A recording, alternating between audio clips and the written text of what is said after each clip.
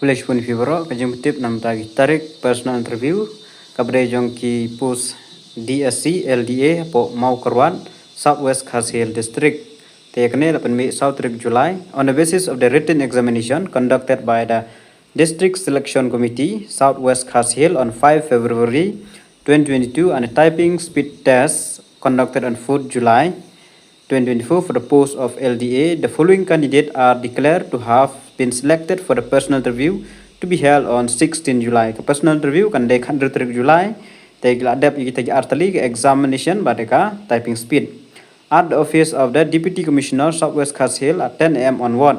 Tegi ne gibayo nam taka personal interview. Shri Andy Fersons Imle, Banshans Kem Khadosau, Darishanong Sij, Evangeline Lingdo, Shri Ever Shining Lingdo, Bayamon Lang Wanyang, Rishailin Nonglang, Pisnia Wanyang, Remdor Pasa, Shri Krau Kupar Thong Niret. Qualified candidates are directed to produce their original document on the date of interview. Tekine Shiphogut Kidai Balasha select Namtag interview for the post of LDA. Kabre kapo DSC po Southwest Khasi district. Te tangini kijing betip khule shibun.